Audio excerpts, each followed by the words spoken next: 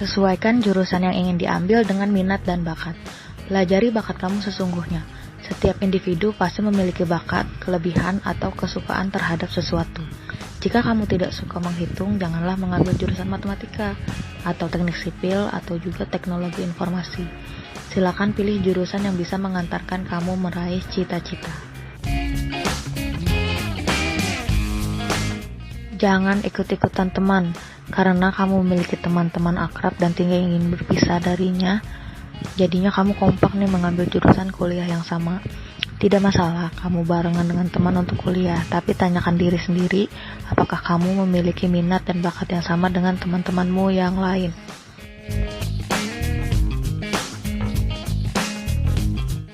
Pertimbangkan kemampuan orang tua membiayai kuliah. Yang tidak kalah pentingnya adalah biaya. Bicarakan dengan orang tua mengenai hal ini karena akan sangat menentukan lokasi perguruan tinggi yang akan kamu tuju, pengeluaran studi, biaya hidup, dan lain-lainnya. Akan lebih baik jika kamu kuliah sambil bekerja untuk meringankan biaya studi kamu.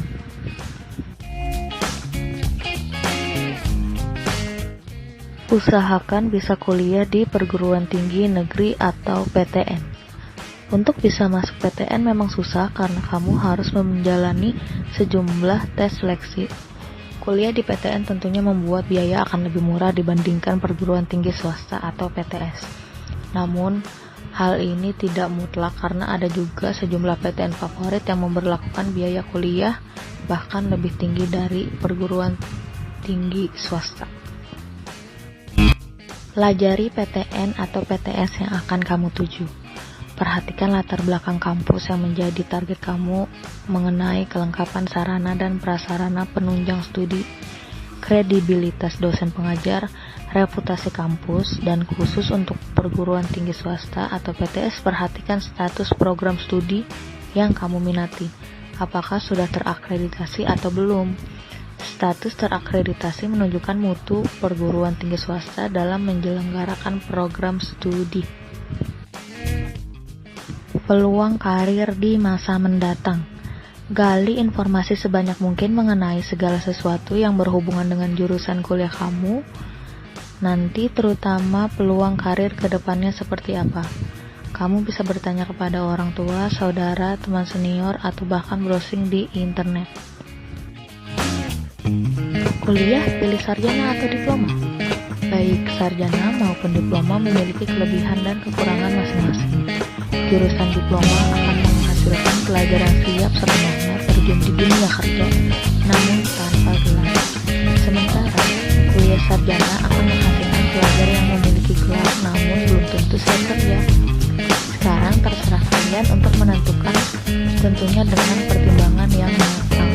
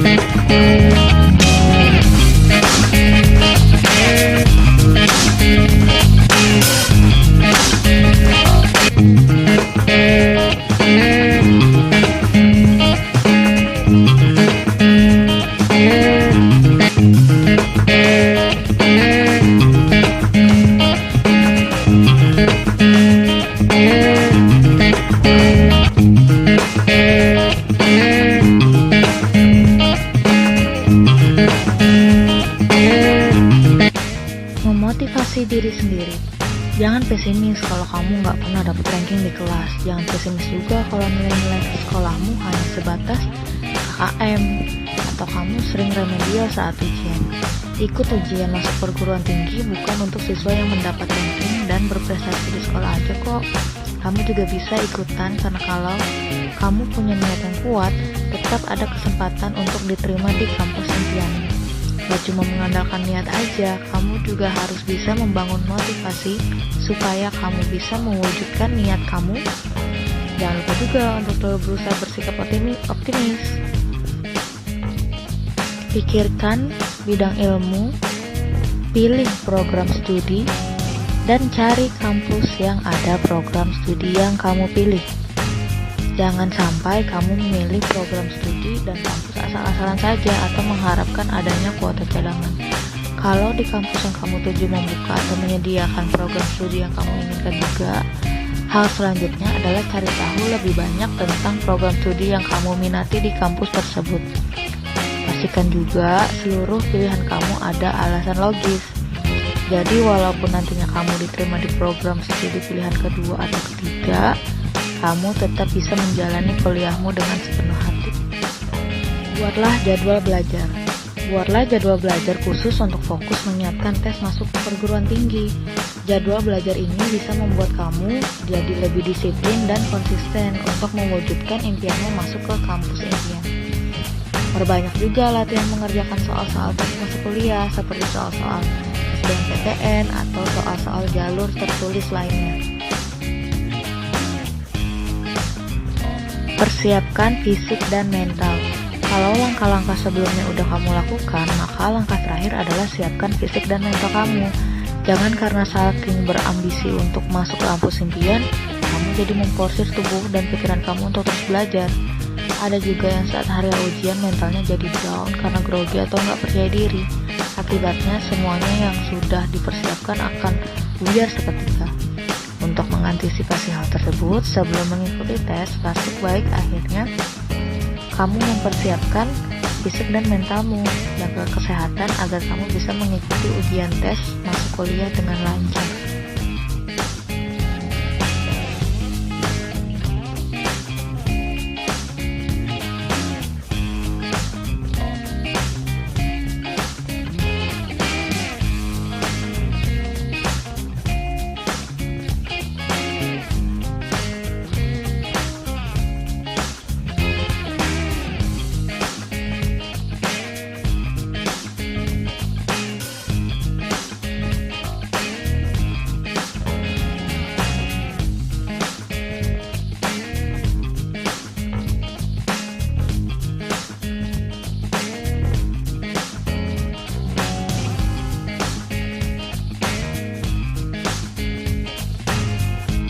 Fungsi pemahaman: membantu peserta didik untuk memahami dirinya dan lingkungan sekitarnya agar dapat mengembangkan potensi dirinya secara optimal dan menyesuaikan diri dengan lingkungannya secara dinamis dan konstruktif.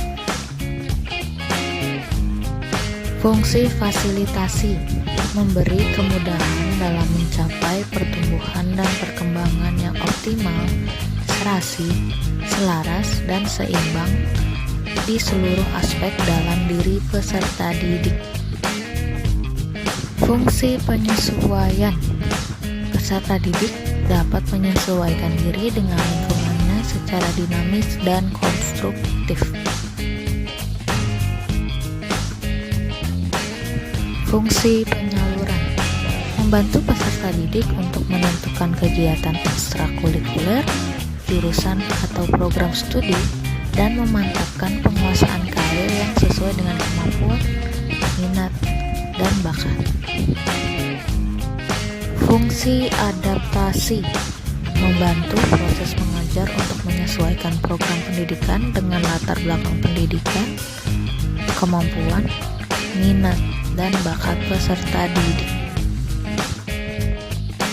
Fungsi pencegahan atau preventif: mengantisipasi berbagai masalah yang dapat terjadi dan berupaya untuk mencegahnya agar tidak dialami oleh peserta didik. Fungsi perbaikan: memperbaiki kekeliruan peserta didik dalam berpikir, berperasaan, dan bertindak dengan melakukan intervensi atau memberi perlakuan agar pola pikir peserta didik menjadi sehat, rasional, dan perasaan yang tepat kepada tindakan yang produktif dan normatif. Fungsi penyembuhan atau kuratif: pemberian bantuan kepada peserta didik yang telah mengalami masalah pribadi, sosial, belajar, maupun karir. Fungsi pemeliharaan: membantu peserta didik agar dapat menjaga dan mempertahankan situasi kondisi yang telah tercipta dalam dirinya agar terhindar dari penurunan produktivitas diri. Dan yang terakhir adalah fungsi pengembangan: menciptakan lingkungan belajar yang kondusif dengan memfasilitasi perkembangan peserta didik. Untuk itu, program bimbingan harus sistematis dan berkesinambungan dalam upaya membantu peserta didik mencapai tugas-tugas perkembangan.